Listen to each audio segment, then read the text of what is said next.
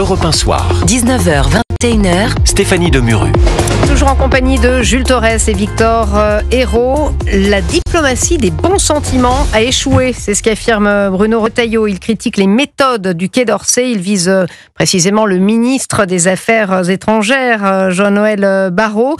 D'ailleurs, ça n'a pas plu à ce dernier, qui s'est un petit peu crispé ce week-end.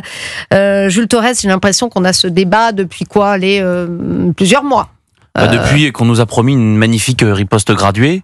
Et qu'on a pu l'apercevoir d'ailleurs, cette magnifique riposte graduée, vous l'avez commenté, comment on a tapé du poing sur la table, comment on a mis tous les leviers nécessaires pour faire plier ce régime algérien. Alors, évidemment. à la décharge de François Bayrou, qui nous avait promis cette riposte, je confirme que c'était lui, Macron l'a un petit moi peu je suis empêché. très content, très heureux que Bruno Retailleau ait enfin tapé du poing sur la table et finalement ait critiqué ce trio d'impuissance diplomatique que représentent Emmanuel Macron, François Bayrou et Jean-Noël Barrot. C'est-à-dire qu'à un moment donné, ça suffit de nous expliquer qu'il ne faut surtout pas parler de Boualem Sansal, qu'il ne faut surtout pas insulter ou à minima demander au régime algérien de faire des efforts parce que on est sur la diplomatie, vous voyez, c'est des trucs un peu de personnalité importante. La diplomatie, c'est quand même quelque chose qui serait que vous comprenez pas, vous n'êtes pas assez intelligent, vous là, les petits éditorialistes et journalistes de plateau. C'est vrai qu'il y a cette tonalité-là. Mais à un moment donné, ça suffit. Boualem Sansal, il est enjôlé dans les prisons algériennes depuis maintenant la mi-novembre. Il n'y a aucune raison d'espérer sa libération. Moi, j'ai jamais cru à la grâce présidentielle qu'il aurait pu obtenir de la part de Monsieur Tebboune. Donc, il faut enfin taper du poing sur la table, établir un rapport de force avec Alger, être de plus en plus dans la fermeté et bloquer et activer tous les leviers nécessaires que l'on peut donner au régime algérien. Arnaud Benedetti, président du comité de soutien de Boualem Sansal, est assez d'accord avec vous, mon cher Jules. On va l'écouter. Arnaud Benedetti, ce matin.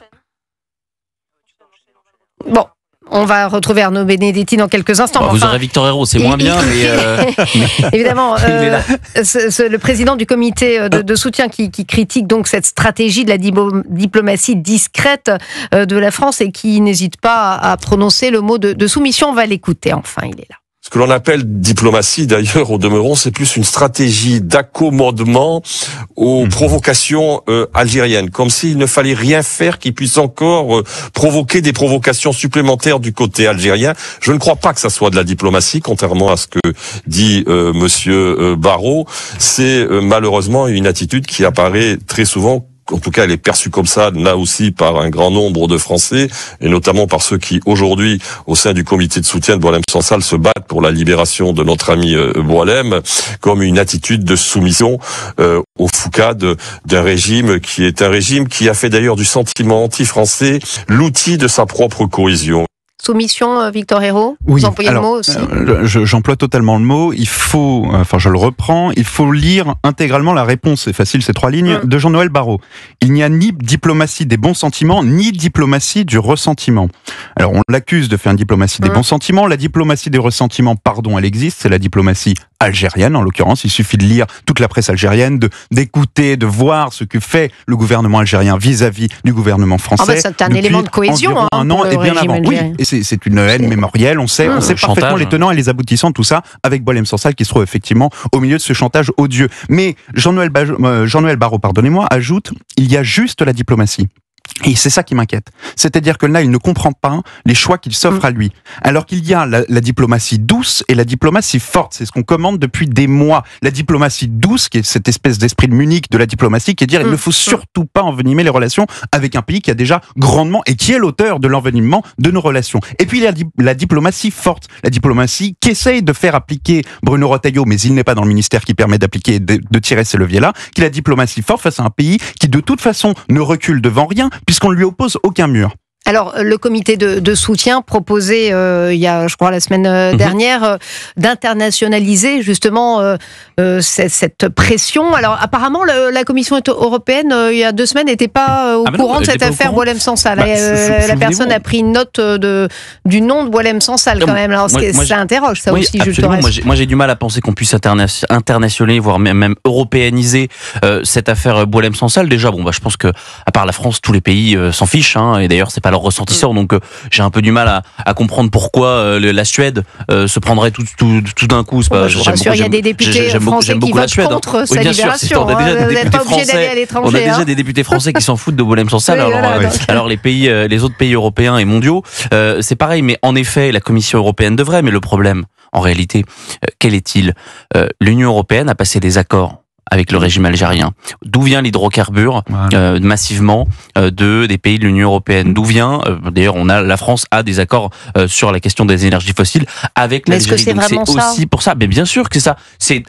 C'est ça, et ensuite c'est la lâcheté. Et ensuite c'est la lâcheté, la haine mémorielle. Victor a raison de souligner, ils n'en ont rien à faire. Les banlieues s'enflamment, ça aussi, ça revient, parce que je suis pas sûr que l'affaire énergétique pèse tant que ça. Enfin, moi j'entendais Xavier Guédriancourt nous dire que c'était pas forcément elle pèse, c'est-à-dire chez un certain nombre de dirigeants français, les dirigeants européens, ils en ont rien à faire que les banlieues s'enflamment parce que on est dans un rapport de force avec l'Algérie. Je pense que c'est pas vraiment leur sujet. Eux, leur sujet, c'est qu'est-ce que cette affaire influence sur leurs propres affaires. En l'occurrence, c'est la question économique. Ils ne veulent absolument pas qu'on utilise certains leviers comme Western Union, comme l'augmentation des tarifs douaniers. Ça embêterait beaucoup nos amis, je mets des grands guillemets, européens. En revanche, en France, vous avez raison, il y a aussi l'idéologie diplomaciste, centriste de Jean-Noël Barrot et l'idéologie mortifère que peut incarner Rima Hassan quand elle vote contre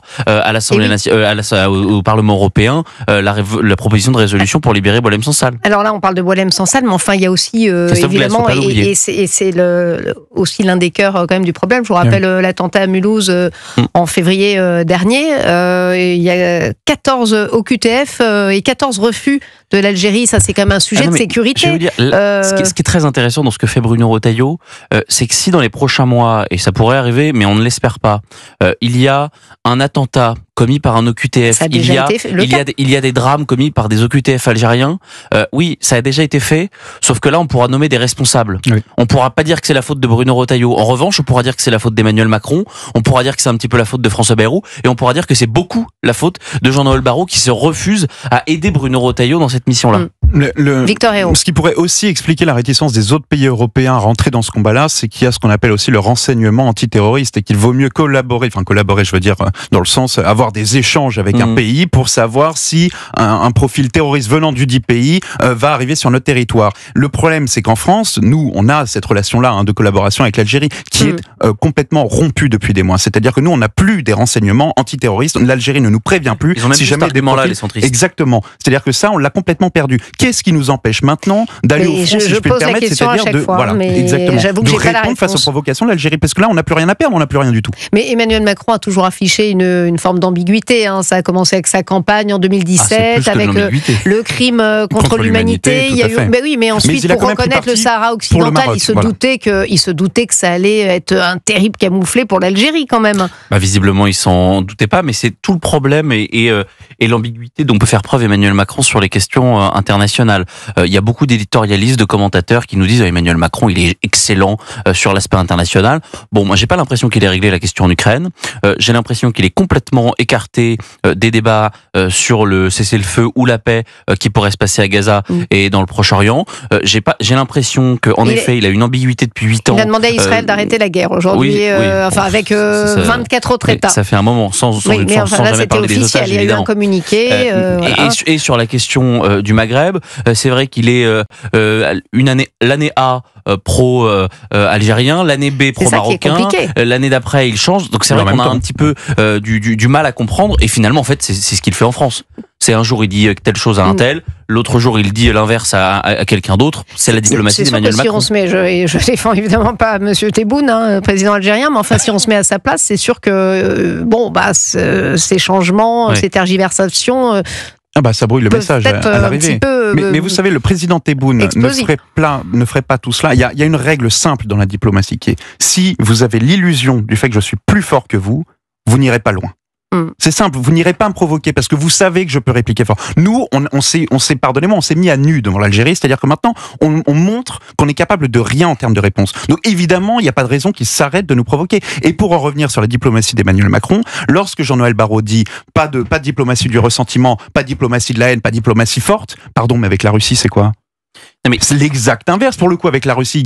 Mais a raison, hein, mais là il y a de la provocation. Là il faut taper du poing sur la table, dire que Poutine doit arrêter, mettre qu'il faut l'économie russe à genoux, et mettre l'économie russe à genoux. J'ai parfaitement raison de le rappeler. Mais l'Algérie là-dedans, enfin c'est complètement lunaire, qui est aux portes et qui est un danger bien plus grand et plus immédiat pour nous que l'est la Russie. Oui, et d'ailleurs on parlera pas des collusions entre le régime algérien et le régime russe. Hein. Les avions du régime algérien, c'est les régimes russes. Donc là aussi, ils sont profondément et intimement liés. Mais moi je me souviens des mots, vous vous souvenez d'Emmanuel Macron le 13 juillet à l'hôtel de Brienne, juste avant les cérémonies de la fête nationale, il nous disait pour être craint, il faut être puissant.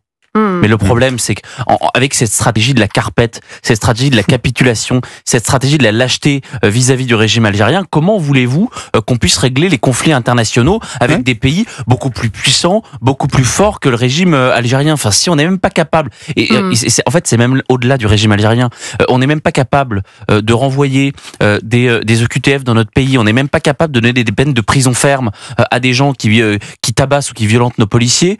On va pas être dur ni avec le régime russe, ni avec le Hamas, ni avec l'Algérie.